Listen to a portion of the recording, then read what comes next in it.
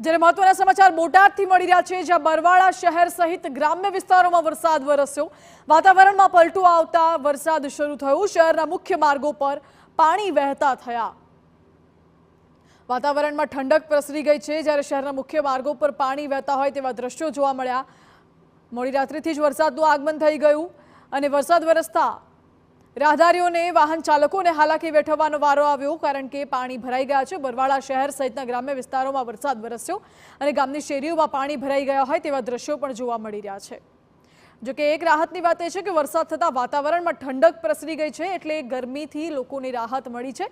ખેડૂતોમાં પણ ખુશીનો માહોલ છે, પરંતુ રાહદારી વાહન ચાલકો અને વેપારીઓમાં નારાજગી છે, કારણ કે વરસાદના કારણે પાણી ભરાઈ ગયા અને તંત્રની પ્રી મોન્સૂન કામગીરી કાગળ પર જ રહી ગઈ।